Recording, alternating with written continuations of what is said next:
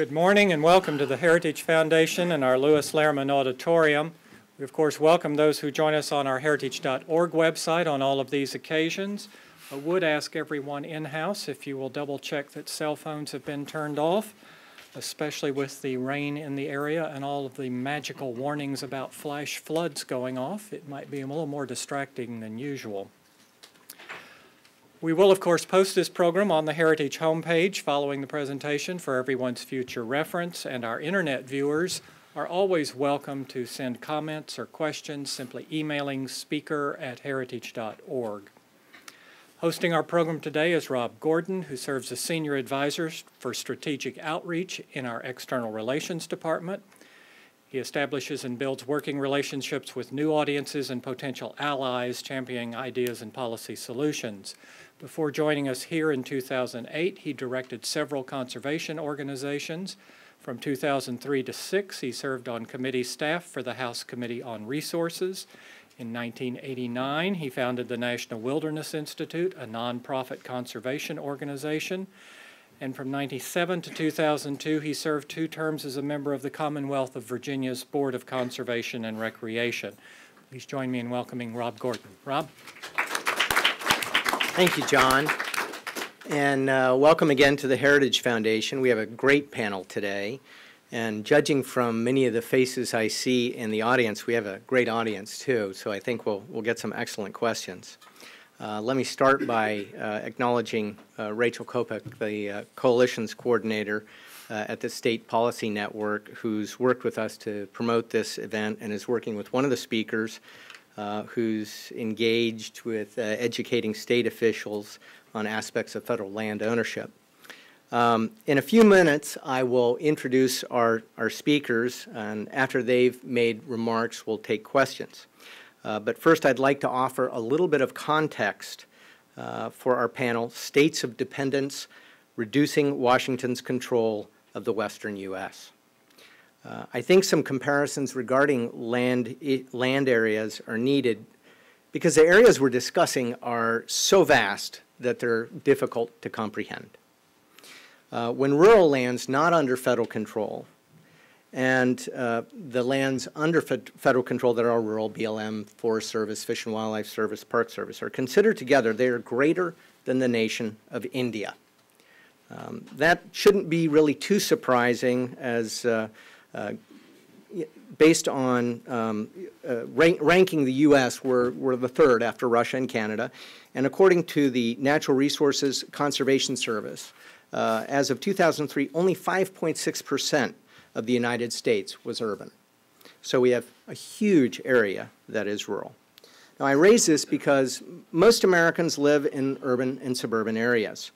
Partially or predominantly developed areas are the rule, not the exception, as to what most of us see on a day-to-day basis. And this certainly affects your outlook. And further development close to or within one's already developed little day-to-day world can make it seem as if everything's disappearing. Well, I think this is a very inaccurate perception, and it is something that advocates of expanding government land holdings and imposing barriers and regulations to inhibit productive private land use seize upon. So let me offer a little bit more perspective. Non-federal rural lands total more than 1.3 billion acres, with more than half of that being range or pasture. Now, while these lands aren't owned by the federal government, they are subject to federal laws and regulations that have the effect of land use control in many instances, most commonly carried out through the Endangered Species Act or the wetlands provision of the Clean Water Act. In addition to seeking more stringent controls on private land, the environmental establishment has historically sought to expand the federal estate, often arguing that doing so is the only means of preventing land from being somehow wrecked. But consider this. While Alabama, Connecticut, Georgia, Maine, Mississippi, New Hampshire, New York, Pennsylvania, South Carolina, and West Virginia are not among the states with the largest percentage of federal land ownership, in all of them, significantly more than 50% of the land is forested. Suffice it to say, there's a vast amount of land, range and forest, not under federal control that has not disappeared.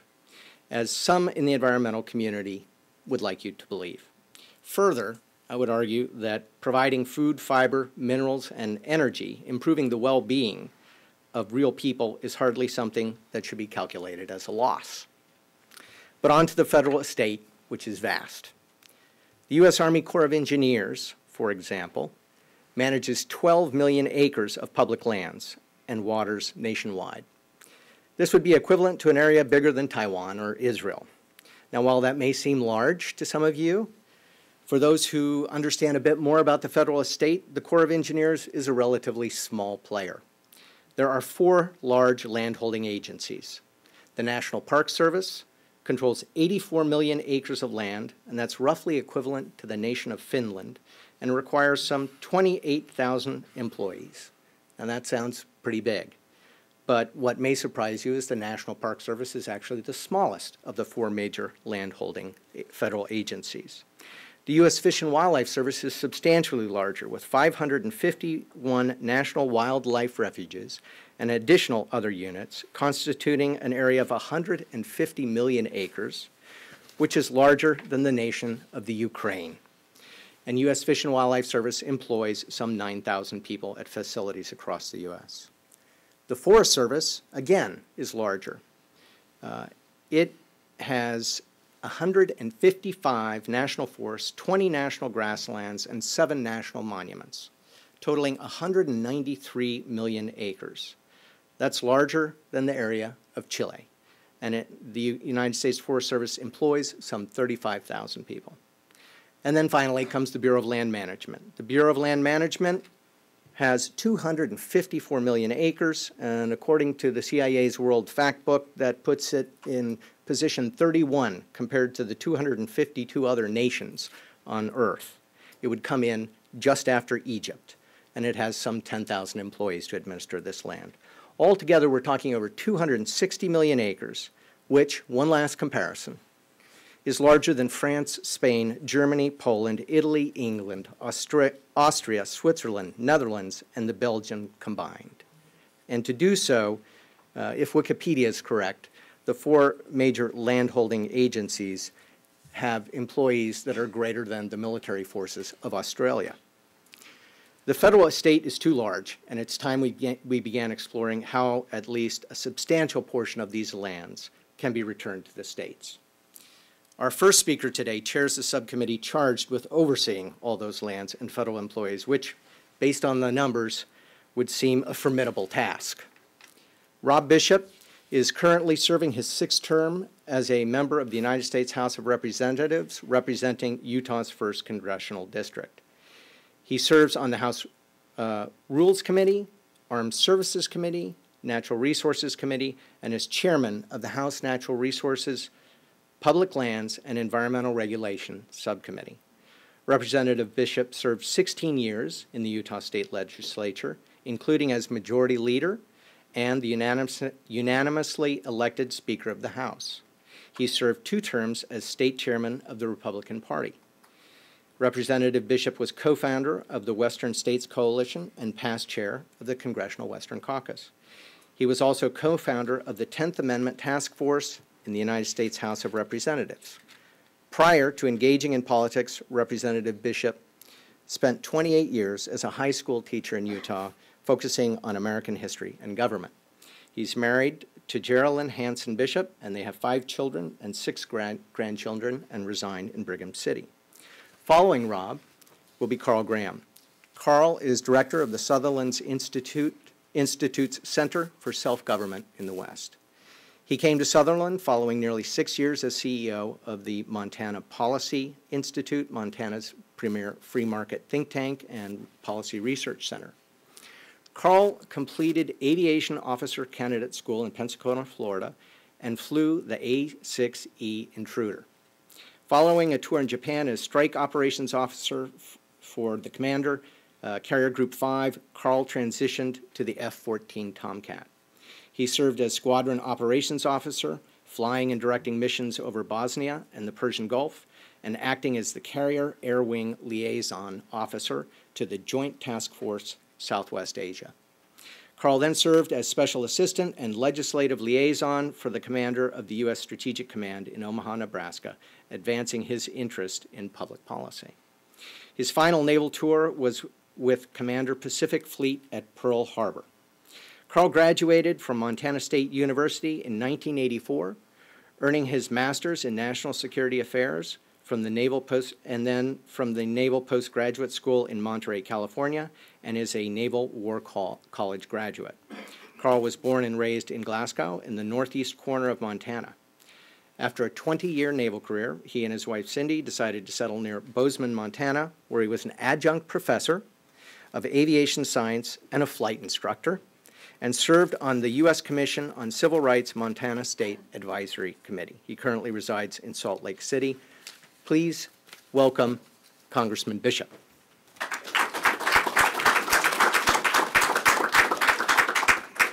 Thank you. I appreciate that introduction. It's always good to be here. If the fish and wildlife is the size of the Ukraine, is that with or without Crimea? Yeah. Look, I want to tell you, words have meanings, and those meanings become significant. I was walking into work one day wearing a tan three-piece suit, and out of one of the apartments came a teenager. I know he's a teenager because he wasn't wearing shoes, and he had a cell phone in his ear, and he was walking to the car, and as I passed him, he looked up and he said, "That suit is so fly." And as I walked back past him, I was not sure whether I had been complimented or insulted. First, I checked my zipper. That was not an issue. And it was not until I got to the office and talked to my 20-year-old staffers, they said, in modern slang, I had indeed been complimented on that particular suit. We have the words, but unless we have a common understanding of the meaning of those, that is, we're not really communicating. And that's the problem we have with public lands in the United States today, and I think there are two factors that go along with it. The first one is simply the size. I've got medium-sized posters and small ones, so enjoy. Everything that's red is owned by the federal government. And it is true, the federal government owns 1 out of every 3 acres in the United States, but it is concentrated with us in the West. We get the joy of having over half of the West being controlled by the federal government. That means that those of our friends who live in the East have some federal land, but they don't necessarily have that same kind of contact. Let me get the small one, for example. I picked 3 states at random. This is obviously the state of my speaker, my majority leader, and me. In Ohio and Virginia and Utah, everything that is blue is private property. So our good friends in the East, really, they have some public lands in there. They have very little access, very little interaction. The idea of actually working with the Department of Interior is not really coming in concept. Now, in the 1960s, the head of the Park Service at that time came up with this plan that if I can get more parks in more congressional districts, I can get more money. And ironically, Congress was dumb enough to fall for it. So years later, we find there are national parks in 49 out of the 50 states, and Delaware is still frantically trying to find something worthy of a park. They got a monument now, but they sold out cheap. But it's only 13% of the land. The bulk of the land, 44%, is BLM, but unfortunately BLM is only found here in the West. A few bases that have been bracked are now BLM property in the East, but there is no concept of what the BLM does back there. Consequently, when you talk about public lands, my good friends in the East, the only contact they have is a national park nearby. You say public lands to them and they think of a pretty tree by a pretty lake. Those of us who live in the West, we deal with the BLM. When we say public lands, we think of sagebrush. We're talking the same language, we don't mean the same thing, which unfortunately means most people in Pennsylvania and New Jersey and New England, when they say public lands, they think all public lands are Yellowstone. They are not. In fact, sometimes I want to remind them that Yellowstone was established, I think, in 1872 in the territory of Wyoming, and it took us 6 years to actually give them any money. The second national park was only 3 years later, and it was in Michigan, and we gave it back to Michigan because they could better manage the land. They are still managing Mackinac Island and still doing a far better job than we are. It was 18 years before the federal government actually came up with the idea of another national park. So we have those concepts that simply are different. So what it shows us, though, is that, first of all, states can manage land just as well, if not better, than the federal government. In testimony we've had in our committee dealing with the forest lands in Idaho and Washington, we simply found even though Idaho and Washington and the tribes in those two states have fewer forest lands, they get much more production than the federal government over a bigger quality of land, and they have healthier forests, fewer fires, better managed land, less beetle infestation than the federal government has, which simply means you don't have to have everything managed by Washington in order to have it done well. States and tribes are showing that they can do just as good a job, if not a better job. And I also want to point out that in all due respect, sometimes the federal government just hurts people because they have the ability of having decisions made by local officials who sometimes are good and sometimes aren't. I'll give you a couple of examples. In Fort Vancouver in Washington, there is a National Historic Site, which was established in '48. Then they had a BRAC and they added more property to this park. So it's basically a community park. They have a pavilion. There are areas that people can go and recreate. The land manager at the site thought the noise that came from the public access area was too loud for the artifacts in her site. So she canceled such things as a church picnic, a youth soccer fair, a concert that was there for the benefit of veterans because the noise that the church picnic would generate would disturb her artifacts in the site. And there was nothing you can do about it except come to Congress and try to put pressure on them in some kind of a bill. Lake Mead in Las Vegas. A taxi driver in Las Vegas was murdered. His body was dumped somewhere out there. They did a search for it, called off the search. The family wanted to hire a company to go in and find the body. It took them 15 months to raise the money so that they could buy the liability insurance to get the special use permit that the federal government insisted the family did. And once they actually raised the money, a year after the death, they found the guy's body in 2 hours. We had an Air Force staff sergeant also drowned in that area. They called off the search. It took the family another 10 months getting an attorney, going to court to have the right to have a search and rescue company who volunteered to help find the body, to allow them to come in on federal land, and actually once they were allowed to come in, they quickly found the body. I mean, we have examples all over this country of federal land managers who actually end up hurting people. In the Tetons, they established in the 1950s that paddling, canoeing, would bother the fish habitats up in that area. They found out later it doesn't have anything to do with it, doesn't bother them at all, but it took too much time and effort to change the rule. So they still banned all sorts of paddling activity on an area that was designed for river recreation. I don't know what you do if you're not in a boat. I mean, fish looking, whatever it is. They banned everything because simply it took them too much time to try and do that. We also have the simple example of federal government in this land process harms kids in the West. Look, up in the first picture, everything that's in red are the states that have the hardest time funding their education system. They raise the least amount of increase in their funds for public education. The bottom is obviously the area that you have public lands. And I hate to say this, but there is a one-to-one relationship between those who have a problem in raising funds for education and those that have public lands, simply because we have less ability to raise taxes. We also have less access to the resources that are there. The West gets screwed over in our education funding compared to what happens in the East. And over a 20-year period of time, it is simply a matter that the East can raise twice the amount of money as the West can for its own public education. We in the West are taxed at a higher rate than those in the East. We put a higher percentage of our local effort and local budgets into education. I'm an old teacher. My kids are harmed by it. My salary was depressed by it.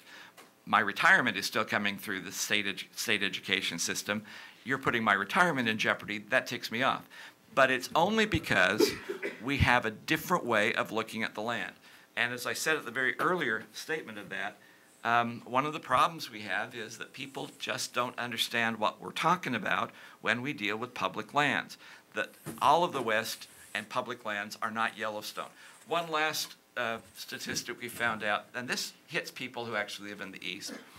You add up all the revenue that comes from these lands and all the expenses we have from the lands, they're putting up $8 to $9 billion a year out of the pockets of those in the East for the wonderful opportunity of controlling the West.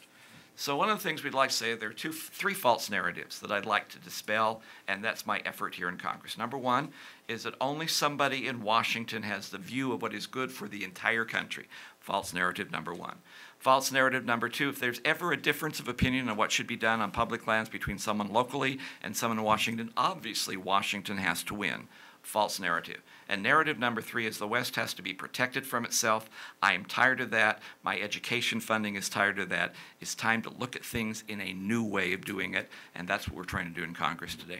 I thank you. Thank you for the time, and I'm sorry to have spent so much time boring you with all that.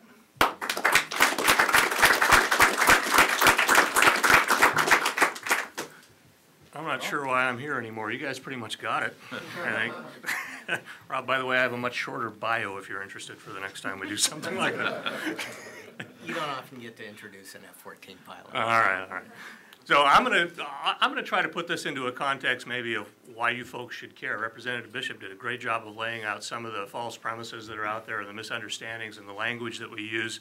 But in the West, we're looking at trying to restore a balance, really, a balance between individual and states' rights and responsibilities versus the federal estate and the federal government. And I think that's one of the reasons that you should care about this, because it has a broader context. We're seeing an unprecedented growth, obviously, in federal power right now.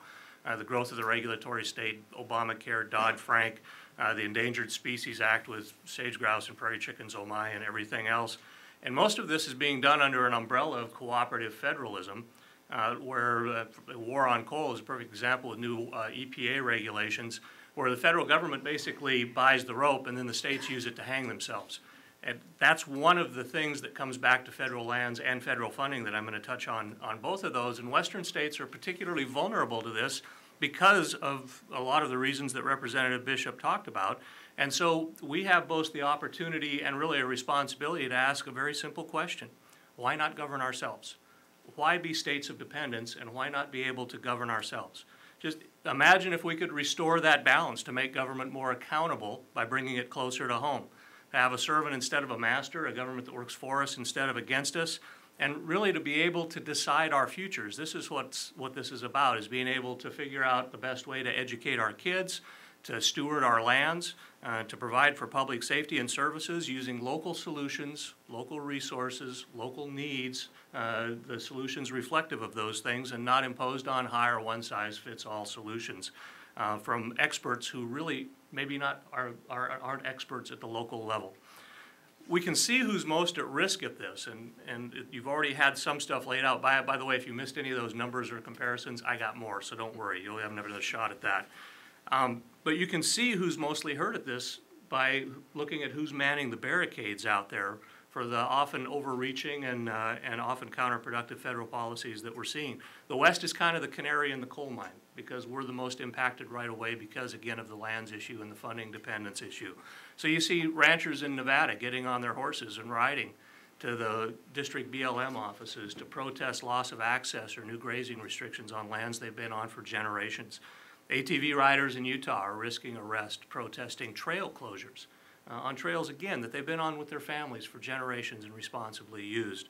County commissioners in New Mexico are threatening to break the locks, tear down barricades put up by federal officials to stop access to water that their ranchers, again, have used responsibly for generations. Accountants, CPAs for crying out loud, calling on the Utah legislature to be more responsible, get a better handle on federal funds and the dependence on federal funds and the costs and risks that come with those funds, and re-looking at the level of dependence that we have there on federal money to perform basic state functions. So the primary vulnerability we have in the West is that we don't control our own resources, and the biggest reason, and here's yet another map to show you the same thing, is that we don't own those lands, 50% of all those lands.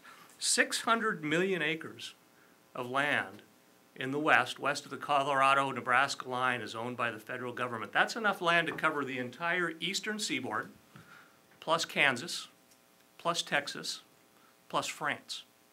That's a lot of land. 91% of all federal lands are in the West, and federal lands make up, on average, about 50% of Western states.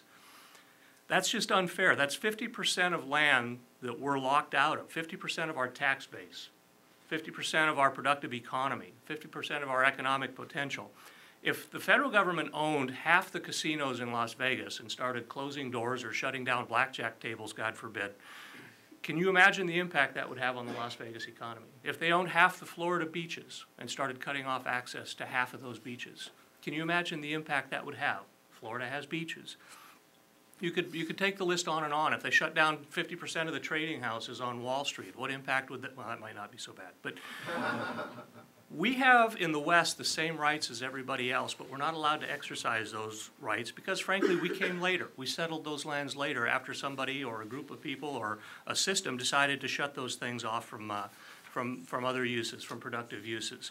Some say that they're national treasures and they belong to all of us. Well, yeah, some of them are, but not a lot of them.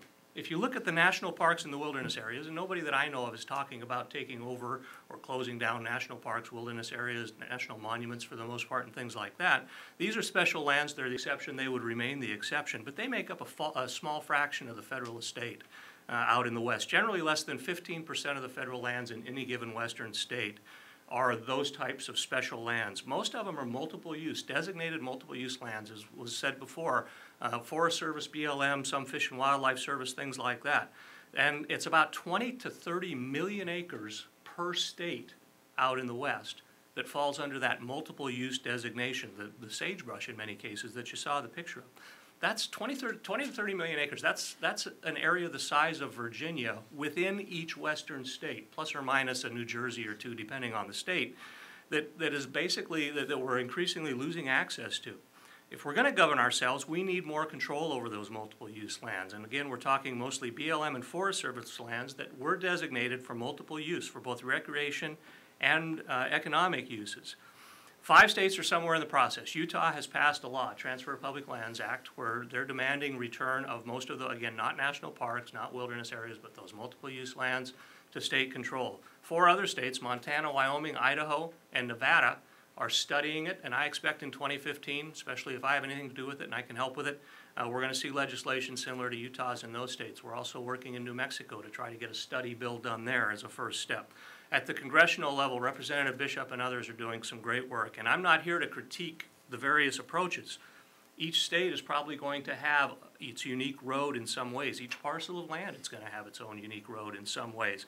I'm welcoming all comers to this fight, and we want to lay the groundwork for trying to establish the information for folks like you to understand this issue better and to get each state with its own approach, because these are lands with trillions of dollars in resources, billions of dollars in tax revenues, hundreds of thousands of jobs that are increasingly being locked up by people who really don't understand what's at stake here. And one of the things that's really ironic is that people who claim to worry so much about diversity and care so much about diversity are choking off an entire way of life.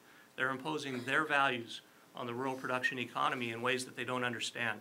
So our goal is to stop that, to protect the lands, balance conservation and the betterment of the human condition, to manage those lands for enjoyment and productivity now and long into the future. In short, just be proper stewards of those lands.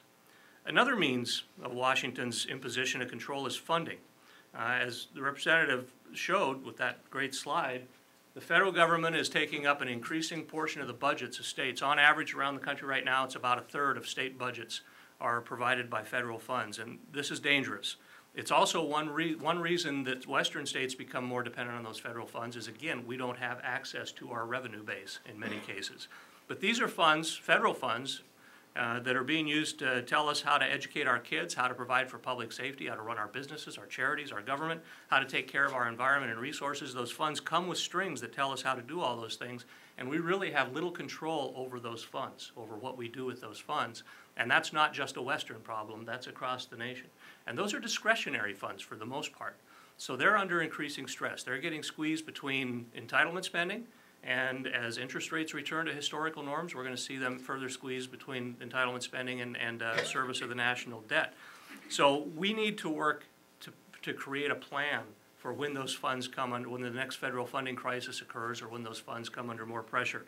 We want to see those funds, and we're helping states develop legislation and policies that see those funds and the strings that are attached to them to measure the risks of accepting them, not just the rewards and the benefits, and the risks of potentially losing them, and creating plans to be responsible, to do what we do in our everyday lives, to budget or to plan for that day when those funds start to disappear or when they're cut in different ways, so that we cut the right programs, we maintain the right programs. And I'll give you a couple examples in a minute, but before I do, there's another thing that I want to quickly point out too, that we're trying to create a movement in the West, and we're trying to publicize and get support for that movement across the country. One state, right now Utah is leading the way on most of these things. That's an anomaly. 2 states, well, that's kind of interesting. 3, 4, 5 states, now you have a movement. That's what we're trying to do by creating coalitions of leaders, political leaders, activist leaders, industry leaders, to get the right things done out there again so that we can govern ourselves, so we can have more control over our destiny. And we provide the tools. Some of them, you saw some of the handouts we have, FAQs and toolkits. We put together these toolkits for each state to try to reclaim our state's rights and restore that proper balance again, and to plan for the future. This goes beyond just wanting to do the right things. This also advances conservatism, which I think is near and dear to a lot of people in this room and in this great place we're here at Heritage. Conservatism and conservative principles are at stake here, and this is something that is a winning issue. These are winning issues for a center-right country, to show the costs of going down the wrong path and to provide an alternative as well, not just show the costs, but also provide a way forward. The left is trying to change the electoral map. They're trying to create a permanent majority by making more people more dependent on, more beholden to, and just flat out scared of criticizing a stronger DC bureaucracy or federal government. They increase dependence by increasing benefits. We're at record food stamp recipient levels. Obamacare creates more dependence, raises the cost of health care, and then subsidizes the increase. What a deal you get there. You take a basic need and you turn it into a government-issued privilege. They're also increasing more people and more companies and businesses beholden, the crony corporatists and special interests out there. I don't believe in crony capitalists. I think it's an oxymoron. If you're a capitalist, you want to have your goods and services out there in the marketplace. You want to compete, so you can't be a crony. If you are a crony, you may be a corporatist who wants targeted subsidies, who wants special tax treatment, who wants regulations that impede others' competition with you. You want a government, and you want to influence a government that's big enough and powerful enough to pick winners and losers and decide who gets to stay in business and who doesn't based on either connections or just having a correct agenda or correct policies. And that's not the American way. It's not what made us great. It's not the direction we can go for very much longer, I think. So they're also trying to create this permanent majority by just creating fear, browbeating, threatening, and silencing opponents. You have political leaders publicly berating individuals, private citizens, calling on agencies to audit or to target private citizens who are engaging in legal speech. You have people threatening their opponents for their political and religious beliefs, calling for the loss of their jobs. They're able to do this because, again, the dependence that we've tacitly agreed to, we've got to cut those apron strings and restore our independence, our ability to self-govern. So we need to find ideas that we can unite behind as a center-right country, and I think these are great ideas because, frankly, I've been right for a very long time. I'm tired of being right. I want to win.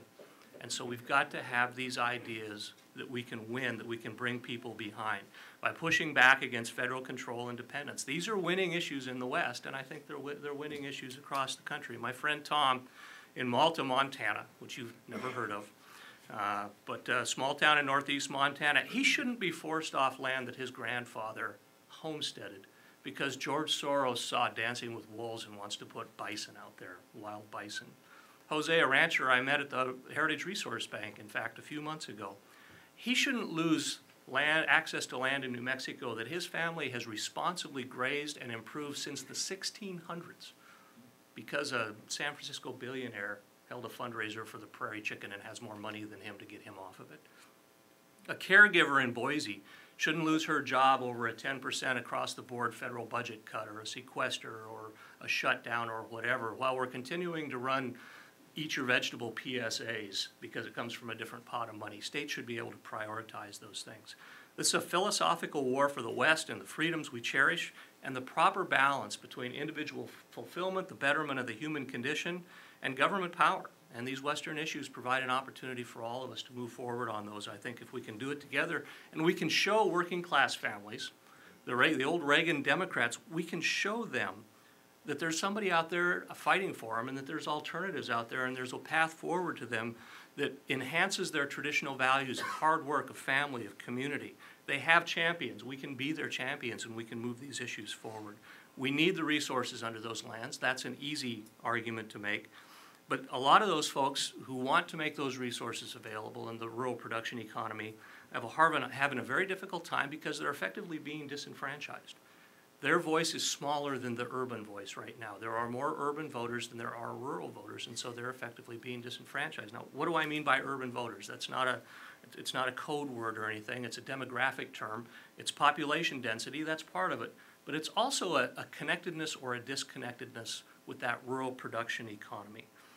There are values and there are ways of working that economy. There are things that are important in that economy that make it work, that the further you get from the land, the less understanding you have of those, and the more likely you are to shunt those aside or not even recognize that you're harming them.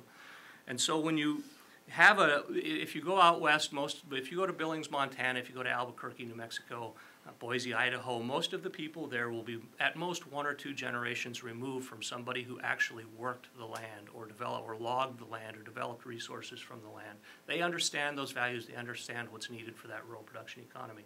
You get into the larger cities, you get to Washington, D.C., as Representative Bishop alluded to, people don't understand that, and so they will unintentionally many times harm the people and the values and the economy that we all need to put electricity in our walls and gas in our cars and everything else. So when rural America goes to work in the morning, they put on their boots, they're not just going to work, they're preserving traditional values and ideals that made this country great. There are people who want to prevent them from doing that. They're powering the greatest economy in the world, thumbing their nose at tin pot dictators everywhere.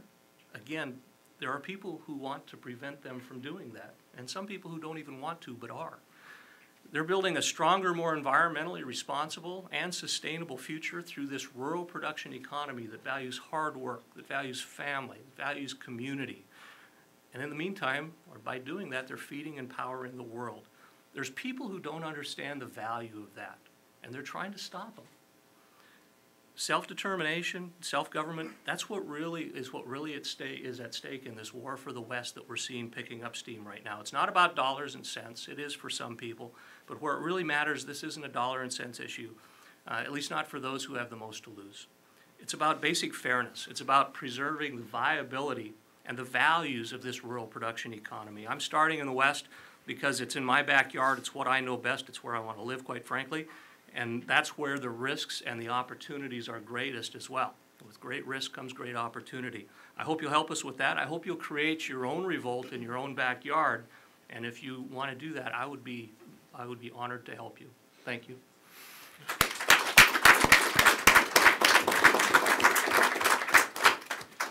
Great.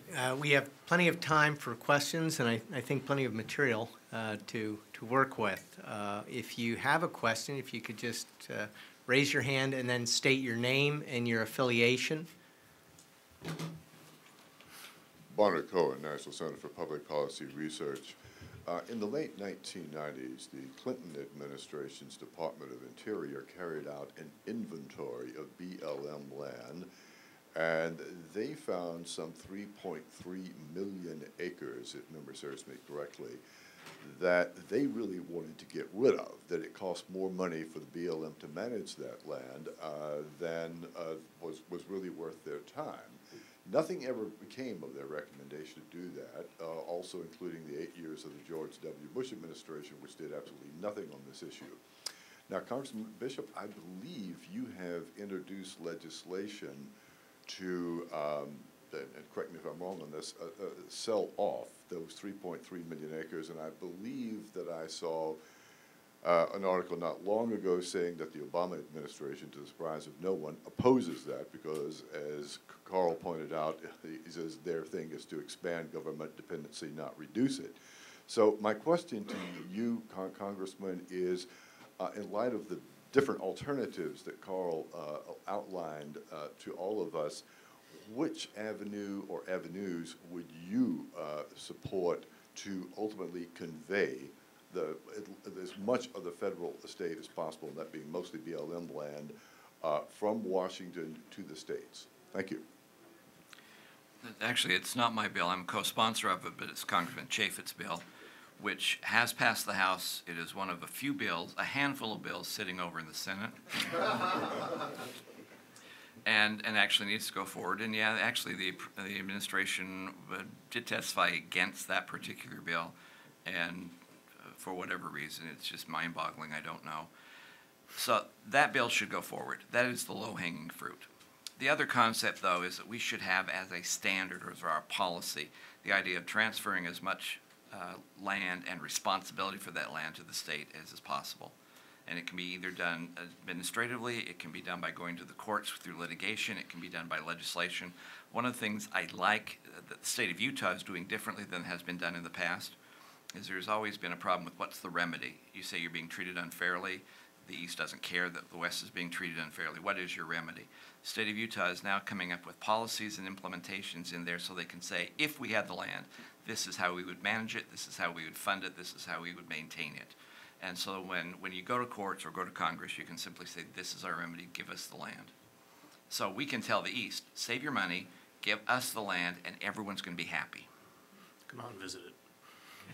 Back here? And don't stay too Sorry, long. right here. Hold on, Byron, you're in the queue.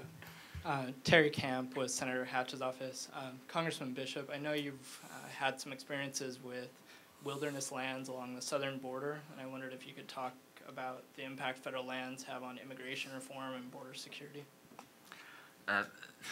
Gee, thanks for opening a whole new avenue of discussion. But in very quick terms, as chairman of the Public Lands Subcommittee, we have looked at our problems in the border. 51% of all illegal immigration and almost all illegal drugs and human trafficking are coming through one sector along the border. And so you got to ask yourself why. Why do people want to come here illegally through Tucson and not through Maine?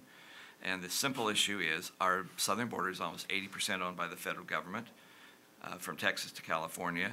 Of that, over half of it is in wilderness category or some other land preservation category, which prohibits by law the Bureau, Border Patrol from doing anything except foot reconnaissance. They are prohibited from going in there in anything that's mechanized unless it's a life and death situation or a hot pursuit. That simply means the Border Patrol does not have the ability to control our border. What we need to do statutorily is change those laws, and we did it actually in California so they could finish building the wall. You need to change the law statutorily across the entire border simply to allow the Border Patrol to do what they need to do to secure the border. It's a statutory prohibition that they cannot overcome. You've got to change the law. And I think one of the reasons we cannot look people in the eye and say, yeah, the southern border is secure, is because the laws that create those kind of land designations prohibit the Border Patrol from doing their job. We will not have a secure border until we change those statutes. Great. Back here, Myron. Thank you.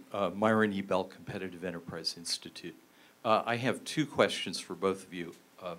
The first is an easy one, which is, well, it's not easy, but what do you think is the path forward if there is a window of opportunity to defederalize or desocialize some or most of the federal lands? What will be the path forward that will actually achieve that in Congress? My second question is, what do you think should be the ultimate goal? Because the last time we had a chance to do this was early in the Reagan administration 33 years ago. And Secretary Jim Watt and a senior economist at the Council of Economic Advisors, Steve Hanke, had a debate. And President Reagan sided with Steve Hanke, and that was that we should not turn the land over to the state, but we should privatize it directly. And particularly, we should sell the federal portion of the ownership of the BLM lands directly to the grazing permittees. They own actually the preponderance of the value of that land typically because they own the water rights. And President Reagan said we should sell it directly and privatize it. And I'm wondering, I don't care which way we go on this, but if we do turn it over to the states, I think we should have a goal in most states that most of that land eventually end up in private ownership, because socialized land is still socialized land. Thank you. Do you want to have a chance? Sure, then you can correct me. I'm an all of the above kind of guy, Myron, right now. We're in the informational coalition building phase of this, to be honest with you. We're trying to get people more knowledgeable about this. And so I'm not going to say any idea is a bad idea right now. I think each state is going to some degree, tailor their approach, but we have to have some kind of a unified approach when the rubber meets the road. when it comes down to that Supreme Court decision or to that bill that allows this to happen. So Utah has done a great job leading the way on this with what do you want to do with it. They've come through with another set of bills that now creates things like a Utah Wilderness Act that allows the designation of lands that are turned over to be made wilderness areas in Utah if it makes sense to do that. Well, that shows goodwill. Okay, will that happen? Probably in a few places, but it shows goodwill above all else. They also have a land stewardship commission that will decide on the best use of each piece of land that's turned over as part of the process of turning it over.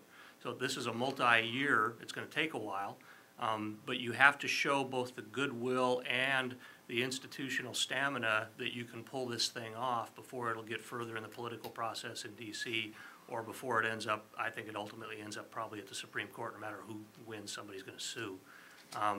And as far as the privatization thing, I live in the world of the politically possible.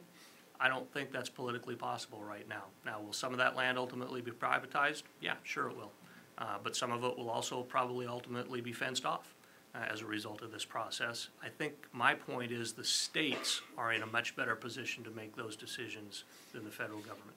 And that's what I'm focusing on, is trying to get that decision-making process in state hands where they're much more accountable to the people who live there than in the federal government's hands where they're not accountable to the people who live there, or limited accountability, and they're influenced by people who work down the street a ways as opposed to the people who actually make their living there and have stewarded it for generations.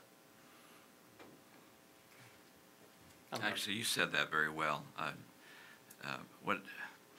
There is a realm of possibility. People back east who don't understand the difference. I mean, we went and showed these slides once to somebody who said, okay, now tell me the difference between Forest Service and BLM, which is a legitimate question unless you've been here for 14 years making law on those issues, which he had. So we're talking about people who don't know the difference in the kinds of land, let alone whether it's specialized or privatized or that kind of stuff. You say privatization to them and it shows fears going up and down their spine. It will never happen. But the issue at hand is who should make decisions about these lands. So that somebody in Washington or somebody who actually lives there, and that's what you enunciated. People in the state can make those decisions wisely on whether it needs to be legitimized, whether it needs to be preserved, whether it needs to be open for development that's controlled by the state, or simply open for development, period. They can make that decision as well, if not better, than somebody here in Washington, and that's the first step that has to go. So getting those lands to somebody locally who can make those decisions has to be our first step. And we can't jump to the last step before you do the first step. Right here, Jen. Hi, Alan Newhouser with U.S. News and World Report. There was mention earlier of special interest here in Washington, and certainly there is no shortage of that here in D.C. But it's also, of course, present in state houses where a buck can often go much farther. What makes you confident that state legislators would be able to push back against that influence, such as with development that might go beyond what many people might be seeking on these federal lands? That's for me. For one thing, you're talking about 50 states, so a buck may go farther in any particular legislature, but if you're trying to change broad policy, changing it in 50 states is more difficult than changing it in one place that has all the power. The other thing is state legislators, county commissioners, they know they're in the West, in western states, they know their constituents and their constituents know them. I know mine personally. Well, I know my representative personally too. We can have coffee and we can talk. You can't do that, most of you probably, with your representative or your senator, and you certainly can't do it with the local BLM, whoever runs the local lands around here, whereas in Glasgow, Montana, my rancher friend Ted McIntyre talks to his BLM guy every day. They're friends. They know each other well. So I think that it's a matter of accountability. If the decision making is made closer to the people who are affected by those decisions, there's a lot more feedback if it's the wrong one, and that feedback is much more effective. Thank you for going first, because I needed some time before I answer that question as one of the most insulting questions I've ever had. You know, I told you about the false premise at the beginning, the idea that only somebody in Washington has the grand view of what is good for this country. It's a stupid, false premise. I was Speaker of the House in Utah. Now I am Chairman of the Public Land Subcommittee here in Washington. Because I am a congressman, I am now better, brighter, more valuable, more moral than I was as Speaker of the House.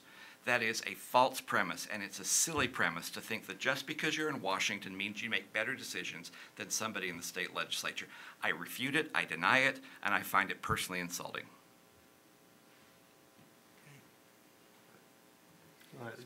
How about over here? We'll get you next.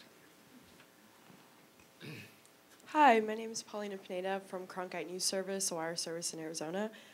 There's been mention of Colorado, New Mexico, Utah, but nothing in Arizona. I know with the new EPA standards, coal mining in northern Arizona on Navajo tribe might suffer. Do you think this is a movement that can be pushed in Arizona? Do people in Arizona want more control over federal land? Yeah, definitely. Some people do. Can you expand on that more than just they yes? had a Utah-like transfer of public lands bill in their legislature. I think it was in 2013, and it was vetoed by the governor. I don't know if they're going to make another run at it this year or not. It's not one of the states I'm concentrating on, but I know if you talk to county commissioners and ranchers in the state especially, they're very interested in it. I'm not sure if they've come up with a strategy to move it forward. In my committee, we're inundated with bills from Arizona to try and give Arizona more chance to make decisions for themselves. Yeah, of course they do. They would benefit also. Okay, right here. Good morning. My name is Scott Cameron. I'm with a nonprofit called the Reduce Risk from Invasive Species Coalition. And I used to work for a Nevada senator and a California governor, so while I'm an Easterner, I get where you're coming from, gentlemen. In Nevada, for a number of years, there was an arrangement where BLM lands would be sold and be spent on environmental projects in Nevada. It's still ongoing.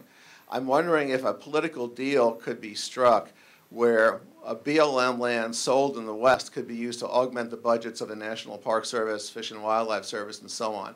Might that be enough to entice our Eastern or liberal friends into supporting land transfers in the West? Yeah, and there are certain opportunities with that. We do have the federal land transfer, FLIPA, whatever that comes out to be, which allows that kind of process that could be expanded. We have the Land and Water Conservation Fund that allows those kind of concepts to be expanded upon. Yeah. The only problem we do have now is there are some budget rules on what is or is not an earmark, depending on how you use those particular funds. In some respects, I think our definitions are silly, and in some respects, insisting that we have to have equal value before any kind of trade takes place, that's also a silly concept as well. We have to work through some of those, but yeah, it's viable. Let me add something real quickly to that too. A lot of laws, there are a lot of mechanisms for responsible transfer or management of these federal lands, but when they're invoked or when they're tried, the first thing that happens is you get a lawsuit. And so you have the Forest Service managing timberlands to not get sued. They're not managing it to manage the land so they don't burn, so Mother Nature doesn't manage them, we do. They're managing them so that they don't end up in court and use their entire budget on a legal settlement or fees or just whatever it is that ties them up.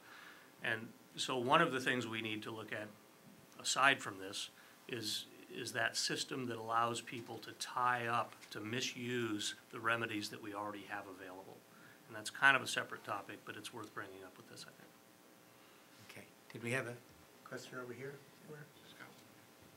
Thank you. I'm Sophie Miller from Congressman Steve Daines' office. Your good friend, I'm sure. All right. I'm wondering, what is the argument against giving states jurisdiction over their lands? What are we fighting against? You want the flip answer, or you want the... I think Congressman Bishop laid out a lot of it. It's just a lack of understanding of what those lands are. They see pictures of the Grand Tetons and they think that's all the federal lands in the West. They're these pristine national treasures. Well, some of them are, but most of them aren't. Most of them are lands that not only could be used for economic development, for recreation. Those multiple uses aren't just possible, but they're often complementary and additive, in fact. A forest road gives access to hunters and fishermen as well. The infrastructure that comes with fossil fuel development in eastern Montana or in Utah creates infrastructure that, again, forests, recreation users, ATV riders, all those folks can use as well. And so they're not just complementary, they're additive in many cases. And I think the biggest obstacle we have are, first of all, people who believe that humans are a scourge to the planet and just want to keep us off as much real estate as they can. But then others who just plain don't understand that we can do this responsibly and in a way that looks to the future and still betters the human condition and makes and supports that rural production economy. I appreciate the question, and there's two big broad responses to it. The first one is that we always have, every 60, 70, 80 years, a change in the attitude we have towards public lands.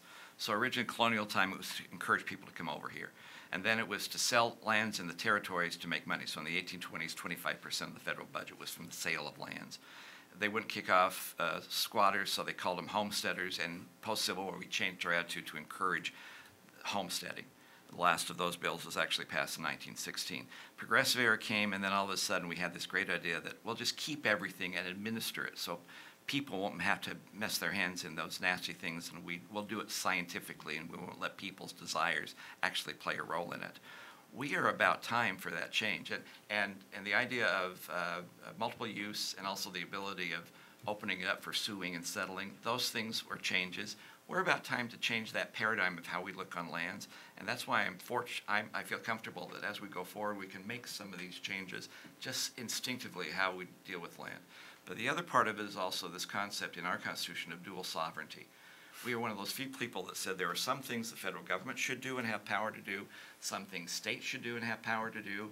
We keep mixing those, and unfortunately a lot of people in Washington still have this idea that I'm in Congress, I should be able to deal with everything, and including land policies, when actually it was set up to have the states take that responsibility because they can do it so much better. I'm sorry, as bad as state budgets sometimes are, they're not nearly as behind on their appropriations and their maintenance as the National Park Service is. So going back to the concept of dual sovereignty, going back to this idea that we have a paradigm shift on how we deal with public lands, we are due to change that, means that we can go into a better way of handling public lands in the future. Okay, do we have any more questions out here? We have maybe time for one more, right there. Hi, Megan Drake with the Washington Times. Mr. Graham, you were talking about how you would like this to become a movement.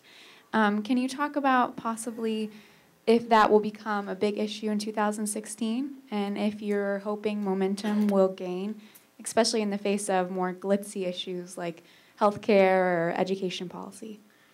It's going to be a challenge putting it in the top 10 interest at a national level. But it's going to be, it already is a building and a large and building movement in western states. And we're working to try to make it even a larger issue. As the costs of these policies become more apparent at the gas pump, in your electricity bill, and also for those families who are trying to make their living the way they have for a long time, they're going to be looking for answers. And my job is to be out there with those answers. And so it's not going to be a, yes, I think we will have a movement, but it's going to be focused more in the West than the East. But we need help from the East as well. That's a good answer. Well, very good. I think if we're no more questions, please join me in thanking our speakers.